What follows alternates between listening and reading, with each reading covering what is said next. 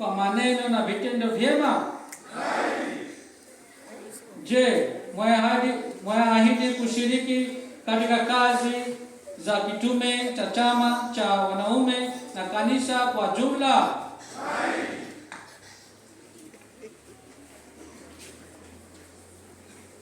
Je, mwaahidi kulinda wito wenu na uzazi kwa nia ya kuwa na familia zinazomwamini Kristo? Mwaahidi kujiheshimu ndoa zenu na za wengine?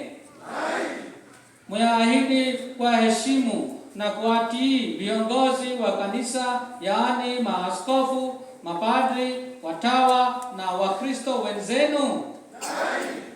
Mwaahidi kutoshiriki katika mambo ya uganga na